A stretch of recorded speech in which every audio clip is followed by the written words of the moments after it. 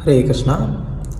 சுவாமி வேதாந்த தேசிகர் எழுதின கோதாஸ்துதி அப்படிங்கிற அந்த கிரந்தத்தில் ஆண்டாள் எப்படி ரங்கநாதரை தேர்வு செய்தாங்க, அப்போது ரங்கநாதர் சுயம்பரத்துக்காக வரும்போது எப்படி வண்டுகள்லாம் அவருக்கு ஒரு கொடையாக இருந்தது, இதையெல்லாம் நம்ம பார்த்தோம். அதைத் தொடர்ந்து வேதாந்த தேசிகர் அந்த கல்யாணம் எப்படி நடந்தது அப்படிங்கிறத தொடர்ச்சியாக விவரிச்சுக்கிட்டு வர்றாரு. அதில் வேதாந்த தேசிகருக்கு ஆண்டாள் சூடிக்கலைந்த அந்த மாலையினுடைய ஒரு ஏற்றத்தை ரொம்ப அதிகமாக சொல்லணும் அப்படின்னு சொல்லி அவருக்கு விருப்பம். அதனால் அவர் இந்த ஸ்லோகத்திலையும் என்ன பண்ணுறாரு, அந்த மாலையினுடைய ஒரு ஏற்றத்தையே அதிகமாக சொல்கிறார். முதல்ல நம்ம பார்த்தோம், அந்த வண்டுகள்லாம் பெருமாளுக்கு மேலே ஒரு குடை மாதிரி சுற்றிக்கிட்டு இருந்தது. காரணம் என்ன அப்படின்னு கேட்டால், அது ஆண்டாள் சூடிக்கலைந்த அந்த மாலையை பெருமாள் தன்னுடைய திருமுடியில் அவர் அணிந்திருக்கிறார். அதனால் அந்த வண்டுகள் எல்லாம் அங்கே சுற்றிக்கிட்டு இருந்தது அப்படிங்கிறத சொன்னார். இப்போ அதை தொடர்ந்து இன்னும் ஏன், எதனால், எந்த காரணத்தினால ரங்கநாதர் அந்த மாலையை, ஆண்டாள் சூடிக்கலைந்த மாலையை தன்னுடைய திருமுடியில் அவர் அணிந்துக்கிட்டாரு அப்படிங்கிறத இந்த ஸ்லோகத்துலேயும் சில காரணங்களை காட்டி, அதனால் அந்த ஆண்டாள் மாலைக்கு ஏற்றம் அதிகம் அப்படிங்கிறத சொல்கிறாரு. ஸோ இந்த வண்டுகள் எல்லாம் பெருமாளுடைய திருமுடிக்கு மேலே, சிரசுக்கு மேலே முன்னாடி கொடை மாதிரி சர்க்கிளாக சுற்றிக்கிட்டு இருக்கு அப்படின்னு சொல்லி நம்ம பார்த்தோம். இப்போது அதே வண்டுகள் இப்போது ரங்கநாதர் அந்த சுயம்பரத்துக்கு வந்துக்கிட்டு இருக்கிறார். சுயம்பரம் அப்படின்னு சொன்னால் என்ன அர்த்தம்னு கேட்டால், ஒரு பெண் தானே மணமகனை தேர்ந்தெடுக்கிறதுக்கு பேர் தான் சுயம்பரம். அப்போ அதில் என்ன பண்ணுவாங்க, முதல்ல பெண் தான் அந்த மணமகனுக்கு மாலையை அனுபவிப்பாங்க, போட்டு விடுவாங்க. ஸோ அது இங்கே ஆல்ரெடி நடந்துருச்சு. ஏன்னா ஆண்டாள் தான் சூடிக்கலைந்த, தன் கூந்தலில் சூடிக்கலைந்த அந்த மாலையை என்ன பண்ணிட்டாங்க, ஆல்ரெடி ரங்கநாதருக்கு கொடுத்துட்டாங்க. ரங்கநாதரும் அதை தன்னுடைய திருமுடியில் தாங்கிக்கிட்டார். ஸோ அப்போ கன்ஃபர்மேஷன் ஆயிடுச்சு. இங்கே இவங்க ரெண்டு பேருக்கு இடையில திருமணம் நடக்குமா நடக்காதா அப்படிங்கிற அந்த கேள்விக்கு இடம் இல்லை. ஏன்னா மணமகன் மணமகள் ரெண்டு பேருக்குமே மனசு ஒத்து போயிடுச்சு. ரெண்டு பேருமே திருமணத்துக்கு ரெடியாக இருக்கிறாங்க. அதனால் ரங்கநாதர் இப்போ ஆண்டாளை திருமணம் செய்வதற்காக வந்துக்கிட்டு இருக்கிறாரு. அதனால் இப்போ இந்த வண்டுகள் எல்லாம் என்ன பண்ணுதான், அதனால் ரொம்ப சந்தோஷத்தோட அந்த வண்டுகள் என்ன பண்ணிக்கிட்டு இருக்கு, ஒரு ரீங்காரம் விட்டுக்கிட்டு இருக்கு. முன்னாடி அவங்க சுற்றிக்கிட்டு தான் இருந்தாங்க. இப்போ என்ன பண்ணுறாங்க, ரீங்காரம் விடுறாங்க. பயங்கரமான ஒரு சவுண்டு. அவங்க அது பயங்கரமாக இல்லை, ரொம்ப ஆனந்தமான ஒரு சவுண்டு. ஏன் அப்படின்னு கேட்டால், கல்யாண நிகழ்ச்சி அப்படின்னு சொன்னால் அதில் ஒரு மங்களவாத்தியம் இருக்கணும் இல்லையா? அதனால் அந்த மங்களவாத்தியம் வாசிக்கிறதுக்கு வேறு யார் எதுக்கு, நாங்கள் எதுக்கு இருக்கிறோம், அந்த கைங்கரியத்தை எங்களுக்கு கொடுங்க அப்படின்னு சொல்லி இந்த வண்டுகள்லாம் என்ன பண்ணுது, அந்த மங்கள வாத்தியத்தை தாங்கள் இசைக்கிறாங்களாம். இதுக்கு முன்னாடி லக்ஷ்மி தேவி பார்க்கடலில் அவதாரம் செய்த போது அவங்க என்ன பண்ணுறாங்க, பார்க்கடல்லேருந்து வெளியில் வர்றாங்க. அப்புறம் அவங்களுக்கு ஒரு அபிஷேகம்லாம் நடக்குது. அப்புறம் சுயம்பரம் நடக்குது. இமீடியட்டாக லக்ஷ்மி என்ன பண்ணுறாங்க, அவங்க பெருமாளுடைய மார்பில் போய் உட்காந்துக்கிறாங்க. அவ்வளோதான், முடிஞ்சது. ரொம்ப சிம்பிளாக அது வேகமாக முடிஞ்சிருச்சு. அந்த இடத்துல அந்த நிகழ்ச்சியில் ஒரு மங்கள வாத்தியம் வாசிக்கக்கூடிய அந்த பாக்கியம், அந்த சேவை யாருக்கு கிடைச்சது, கந்தர்வர்களுக்கு கிடைச்சது. ஏன்னா இது நடந்தது பார்க்கடல், அந்த கடைந்த இடம் சொர்க்கலோகத்தில் நடந்தது. அதனால் அந்த பாக்கியம் கந்தர்வர்களுக்கு கிடைச்சது. இரண்டாவது, பகவான் வராகரா அவதாரம் பண்ணி பூமாதேவி, பூமி பிராட்டியை தூக்கிட்டு வரும்போது அங்கே அவர்கள் இருவருக்கும் இடையில திருமணம் நடக்குது. அப்போ அவங்களுக்கு திருமணம் நடந்தப்போ யார் மங்களவாத்தியம் இசைத்தா அப்படின்னு கேட்டால், அங்கே திருமணம் நடந்ததே அந்த கர்ப்போதக கடல் மத்தியில் நடந்தது. அதனால் அந்த கடல் அலைகளே என்ன பண்ணதான், பெருமாளுக்கும் பிராட்டிக்கும் அந்த ஒரு சேவையை பண்ணாங்களாம். அவங்களே அந்த மங்கள வாத்தியத்தை இசைச்சாங்களாம். இங்கே இந்த வண்டுகள் என்ன பண்ணுறாங்க, அந்த கைங்கரியத்தை எங்களுக்கு கொடுங்க, நாங்கள் பார்த்துக்குறோம் அப்படின்னு சொல்லி இந்த வண்டுகள் என்ன பண்ணுறாங்க, அவங்க இந்த மங்கள வாத்தியத்தை வந்து வாசிக்கக்கூடிய அந்த சேவையை எடுத்துக்கிட்டு அவங்க என்ன பண்ணுறாங்க, ஆனந்தத்தில் அவங்க வந்துட்டு அந்த மங்கள வாத்தியம் அந்த இசையை வந்து அவங்க வந்து இசைக்கிறாங்க.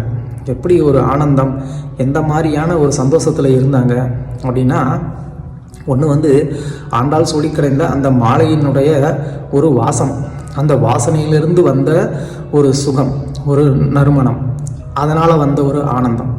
அதுக்கப்புறமா அந்த மாலையில் இருக்கக்கூடிய தேன், அந்த தேனை குடித்து குடித்து கிடைச்ச ஒரு ஆனந்தம். பக்தியில் வந்து நமக்கு பக்தி செய்யும்போதும் ஆனந்தம், செஞ்சுக்கிட்டு இருக்கும்போதும் ஆனந்தம், செய்து முடித்த பிறகும் ஆனந்தம். அது இந்த வண்டுகள் மூலமாக நம்ம இங்கே வந்து தெரிஞ்சுக்கலாம். அவங்க இந்த மாலையை பகவான் சூடிக்கொண்ட போதும் அவங்களுக்கு ஆனந்தம், இப்போ சூடிக்கொண்டு இருக்கும்போதும் ஆனந்தம், இப்போ பெருமாளுக்கும் பிராட்டிக்கும் திருமணம் நடக்கும் போதும் அவங்களுக்கு இன்னும் ஆனந்தம். ஸோ அதனால் பக்தி தொண்டில் வந்து நமக்கு செய்யும் போதும் ஆனந்தம், செஞ்சுக்கிட்டு இருக்கும்போதும் ஆனந்தம், செய்து முடித்த பிறகு அதுக்கு முடிவு அப்படிங்கிறதே வந்து கிடையாது. அதாவது பகவானுடைய லோகத்தை அடைந்ததுக்கு அப்புறமாவும் அங்கேயும் ஆனந்தம் அப்படின்னு நம்ம வந்து புரிஞ்சுக்கணும். ஸோ அதனால் இங்கே இந்த வண்டுகள்லாம் வந்து என்ன பண்ணுது, அந்த மாலையை சுற்றி வந்து ரீங்காரமிட்டுக்கிட்டு அந்த மங்கள வாத்தியங்களை இசைக்கிற அந்த ஓசைகளை அவங்க வந்து எழுப்பிக்கிட்டு இருக்காங்க அப்படின்னு சொல்லி சுவாமி வேதாந்த தேசிகர் வந்து சொல்கிறார். அதை தவிர்த்து ஏன் அவர் ஆண்டாள் சூடி கலைந்த அந்த மாலையை தன் தலையில் தரித்து கொண்டார் அப்படின்னு சொன்னால், அதுக்கு 3 காரணங்களை வந்து காமிக்கிறார் வேதாந்த தேசிகர். என்ன அப்படின்னு சொன்னால், பெருமாளுடைய நாபி கமலத்தில் இருந்தே வந்து ஆல்ரெடி ஒரு தாமரை அது வந்து வருது இல்லையா, அந்த தாமரையில் இருக்கக்கூடிய அந்த மகரந்தத்தூள் இருக்கும் இல்லையா, அதோடைய ஒரு வாசம், அதில் இருந்தே தான் வந்து என்ன ஆகுதான், இந்த மொத்த பௌதிக சிருஷ்டியுமே வந்து படைக்கப்படுதான்.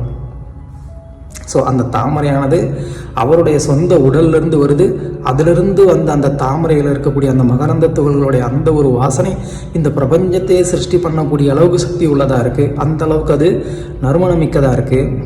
ஆனால் பெருமாளுக்கு அது கூட அந்த அளவுக்கு இஷ்டம் இல்லையாம். அதை விட இந்த ஆண்டாள் சூடிக்கலைந்த அந்த மாலையில் இருக்கக்கூடிய நறுமணம் வந்து மிக அற்புதமானதாக இருக்குதான், ஆனந்தத்தை கொடுக்கக்கூடியதாக இருக்குதான். அதனால் தன்னுடைய தலையில் தாங்கிக்கிட்டார். அதுக்கப்புறமா பகவானுடைய மார்பில் லக்ஷ்மி தேவி வந்து இருக்கிறாங்க. லக்ஷ்மி தேவி அவங்களே கமலே கமலாலயே அப்படின்னு சொல்லி அவங்களுடைய ஒரு மந்திரத்தில் வந்து சொல்கிறோம். அப்படின்னா அவங்களே வந்து தாமரை மலர் போன்று இருக்கிறாங்க, அவங்களுக்கே ஸ்வயம் ஒரு நறுமணம் இருக்குது. அதுக்கும் மேலே அந்த மார்பில் இருக்கக்கூடிய அந்த லக்ஷ்மிக்கு வந்து சந்தனம் வந்து அப்ளை பண்ணியிருக்கிறாங்க. அந்த சந்தனம் அது எப்பேற்பட்ட ஒரு உயர்ந்த சந்தனமாக இருக்கும், அந்த சந்தனத்தினுடைய ஒரு நறுமணம் எப்பேற்பட்டதாக இருக்கும்.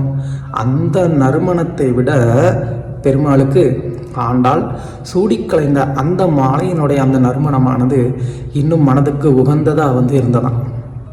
அதுதான் நம்ம ஏற்கனவே பார்த்தோம். எப்போதும் தன்னுடைய மார்பருகிலேயே இருக்கக்கூடிய அந்த வைஜெயந்தி மாலையை விட அவருக்கு பிரியமானதாக இந்த ஆண்டாள் சூடிக்கலைந்த மாலை இருந்தது அப்படின்னு சொல்லி. அது மட்டும் இல்லாமல் 3வது ஒரு காரணம் என்ன அப்படின்னு சொன்னால், பெருமாள் தன்னுடைய தாமரை திருவடி, இந்த வண்டுகள் எல்லாம் வந்து எப்போதும் அந்த தாமரை திருவடிகளில் இருக்கக்கூடிய துளசி மஞ்சரி இல்லைன்னா பகவானுடைய அந்த திருவடியே தாமரை மாதிரி இருக்குது. அதனால் அந்த ஒரு நறுமணத்தில் அங்கே தான் வந்து சுற்றிக்கிட்டு இருக்குமா.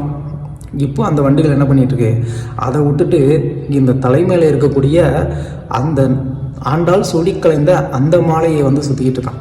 ஸோ பெருமாளுக்கு தன்னுடைய திருப்பாதத்தில் எப்போதுமே துளசி தளம், அந்த துளசி மஞ்சரி வந்து எப்போதுமே வந்து சமர்ப்பிக்கப்பட்டிருக்கும். அதோடைய நறுமணம் நீங்கள் வந்து துளசியோடைய அந்த மஞ்சரின்னா அதில் வரக்கூடிய அந்த சின்ன பூக்கள், அந்த பூ வந்து நீங்கள் நுகர்ந்து பார்த்தீங்கன்னா தெரியும். நம்ம பெருமாளுக்கு நைவேத்தியம் பண்ணுறதுக்கு முன்னாடி நுகர்ந்து பார்க்கக்கூடாது. நைவேத்தியம் பண்ண அந்த மஞ்சரியோடைய அந்த சுகந்தம் அதை நீங்கள் வந்து நுகர்ந்து பார்த்தீங்க அப்படின்னா தான் உங்களுக்கு தெரியும் அதோடைய சுகந்தம் எந்த அளவுக்கு அற்புதமானதாக இருக்குது அப்படின்னு சொல்லி. அங்கேயும் வந்து பகவானுடைய தாமரை பாதத்தில் சந்தனத்தோடு சேர்ந்து வந்து இந்த துளசியை வந்து துளசி மஞ்சரியை அர்ப்பணம் பண்ணுறதுங்கிறது வழக்கம். ஸோ அந்த நறுமணத்தை காட்டிலும் வந்து இந்த ஆண்டாள் சுடிக்கலைந்த அந்த மாலையானது இன்னும் இன்னும் வந்து மேலானதாக உயர்ந்த நறுமணம் கொண்டதாக வந்து இருக்குதான். அதனால் பெருமாளுக்கு இது எல்லாத்த விட ஆண்டாள் தன் மீது கொண்ட அந்த பக்தியினால் பிரேமையினால் தொடுத்த அந்த மாலையில் வரக்கூடிய அந்த ஒரு நறுமணம் இது எல்லாத்த விட மேலானதாக இருக்குது அப்படின்னு சொல்லி என்ன பண்ணுறாரு, பெருமாள் தன் தலைமையில் தாங்கிக்கிறார். ஸோ இதுலேருந்து பெருமாள் நமக்கு வந்து என்ன சொல்ல வர்றாரு அப்படின்னு சொன்னால், ஒரு பக்தன் தன்னுடைய தூய அந்த பக்தியினால் அன்புனால் பகவானுக்காகன்னு அவன் வந்து செய்யக்கூடிய இந்த ஒரு சின்ன சேவையாக இருந்தால் கூட பகவான் வந்து என்ன பண்ணுறாரு, அந்த சேவையை தன்னுடைய தலைமையில் தாங்குறாரு, அதை தலைமையில் வச்சு கொண்டாடுறாரு. தன்னுடைய நித்திய சூரிகளை இருக்கக்கூடிய லக்ஷ்மியாக இருக்கட்டும், மற்றபடி வந்து துளசி, இது மாதிரி தன்னுடைய நாபிலிருந்து வரக்கூடிய தாமரை, இது எல்லாத்த விட ஆண்டாள் கொடுத்த அந்த மாலைக்கு ஏன் அந்த ஒரு உயர்வை வந்து பகவான் காமிக்கிறார் அப்படின்னு சொன்னால், ஒரு பக்தன் பிரீதியோட பக்தியோட பிரேமையோட இது என்னுடைய பகவானுக்காக நான் செய்கிறேன் அப்படின்னு சொல்லி, நான் இந்த கைங்கரியத்தை பெருமாளுக்காக நான் பண்ணணும், கிருஷ்ணருக்காக இதை நான் பண்ணணும்னு சொல்லி ஒரு பக்தன் தீவிரமான அந்த ஒரு அன்போடு செய்யும்போது பகவான் வந்து மற்ற எல்லாத்த விட அதுக்கு ஒரு தனி சிறப்பு, தனித்துவம், தனி முக்கியத்துவம் வந்து கொடுக்கறத நம்ம இந்த ஒரு லீலை மூலமாக தெரிஞ்சுக்கலாம். ஸோ அதனால் பக்தியில் வந்து இந்த அன்பு தான் வந்து பிரதானம், அந்த அன்புக்கு பகவான் ஆட்படுகிறார் அப்படிங்கிறதையும் நம்ம இதிலிருந்து தெரிஞ்சுக்கலாம். ஹரே கிருஷ்ணா.